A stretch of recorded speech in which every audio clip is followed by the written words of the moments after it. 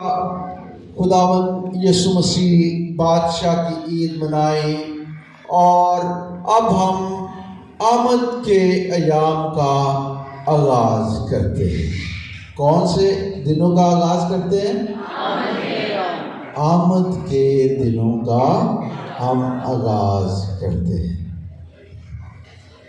تو جس طرح ہم اپنے خاندانوں میں، اپنے گھروں میں دن رات کام کرتے رہتے ہیں اپنے بچوں کو پالنے کے لیے، روزی کمانے کے لیے، اپنے بچوں کی دیکھ بھال کرنے کے لیے والدین مصروف رہتے ہیں، بچے مصروف رہتے ہیں، تو ہماری عبادتی زندگی، خدا کے ساتھ ہمارا جو رشتہ ہے، اس کے لیے بھی ہم نے اپنی اس دنیاوی مصروف زندگی میں سے وقت نکالتے ہوئے خدا کے ساتھ اپنے رشتے کو مضبوط بنانا ہے۔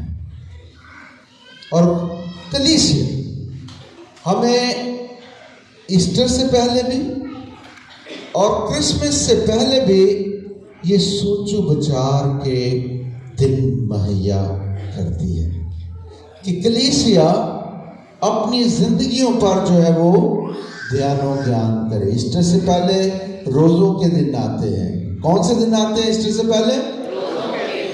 اور کتنے روزے ہوتے ہیں؟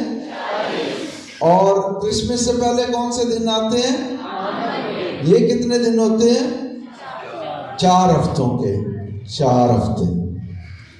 تو یہ کتنی سوچ و بچار کے بعد کلیسیائی رہنماؤں نے جو پورے سال میں عبادتی دن بھی کلیسیا کی رہنمائی کے لیے مہیا کی ہیں کہ اب ہم آمد کے دنوں میں ہیں اور ہم اپنے آپ کو خداوند یسوع مسیح کی پیدائش کے لیے تیار کر رہے ہیں، اس کی آمد کے لیے تیار کر رہے ہیں۔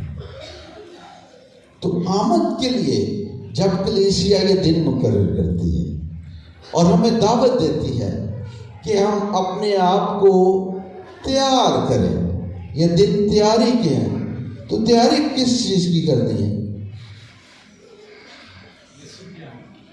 یسوع کی آمد کی، یسوع کی پیدائش کی، یسوع کی آمد کی۔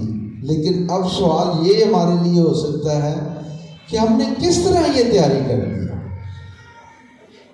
کس طرح کلیسیا یہ تیاری کرتی ہے؟ دوسروں کی مدد کر کے، اور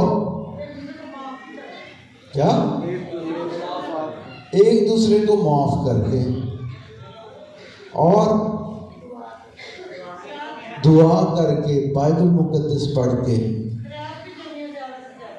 کیا؟ خیرات کے کام کرتے ہوئے، دوسروں کا خیال کرتے ہوئے۔ تو کیا یہ سب کچھ ہم کرتے ہیں؟ آپ نے بڑی اچھی باتیں مجھے بتائی ہیں، مجھے بھی سکھایا، تو کیا ہم واقعی یہ کرتے ہیں کہ نہیں کرتے؟ یہ سوال ہے، یہ سوال ہے ابھی آمد کے دنوں میں۔ ویسے بھی مسیح ہوتے ہوئے ہمیں سوچ و بچار کرتے رہنا چاہیے۔ ابھی سارے کتنے اچھے اچھے جواب دیے، مجھے بڑے اچھے لگے ہیں۔ ویسے بھی خدا یسوع مسیح کی تعلیمات یہی ہیں جو ابھی آپ نے جواب دیے، لیکن سوچنے کی بات یہ ہے کہ کیا ہم حقیقی طور پر یہ کرتے ہیں؟ اور کلیسیا یہی ہمیں سوچنے کی دعوت دیتی ہے، تیار رہنے کی دعوت دیتی ہے، اور اپنے آپ کو بدلنے کی دعوت دیتی ہے، تاکہ جو بچہ یسوع اس دنیا میں آتا ہے وہ حقیقی طور پر ہماری زندگیوں میں جنم لے۔ آج انجیل پاک میں ہمیں پیغام دیا جاتا ہے کون سا؟ جاگتے رہنے کا، جاگتے رہنے کا۔ تو جب انجیل پاک ہمیں کہتی ہے کہ جاگتے رہو، تو خداوند یسوع مسیح لوگوں کو تعلیم دیتے تھے تمثیلوں میں، علامتوں کے ذریعے سے۔ تو وہ کہہ رہے ہیں کہ جاگتے رہو، ایسے نہ ہو کہ کوئی اچانک تمہارے پاس آ جائے، آگے تیار ہی نہ ہو۔ چور بھی آ سکتا ہے، کوئی اور شخص بھی آ سکتا ہے۔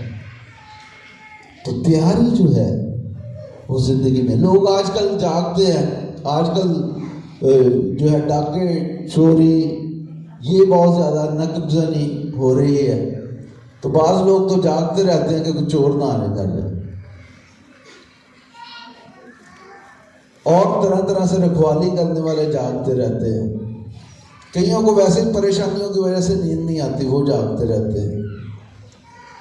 تو جاگتے انجیل جو ہے وہ ہمیں جو جاگتے رہنے کی دعوت دے رہی ہے، وہ ہمیں اپنی روحانی زندگی کے لیے جاگتے رہنے کی دعوت دیتی ہے، خداوند یسوع مسیح کی آمد کے لیے تیار رہنے کی دعوت دیتی ہے کہ یہ پیدائش آمد بعد میں ہے، جب وہ انصاف کرنے آئے گا تو دونوں آمدوں کے لیے جو ہے ہمیں اپنی زندگی میں جو ہے وہ تیار رہنا ہے۔ جاگتے رہنا روحانی بیداری کی دعوت ہے، تو ہمیں روحانی طور پر جیسے آپ نے خود ہی بتایا ہے کہ ہمیں جو ہے دعا کرنے کے ساتھ، خداوند یسوع مسیح کے ساتھ مضبوط تعلق بنانے کے ساتھ، خیرات کے کام کرنے کے ساتھ، دوسروں کی دیکھ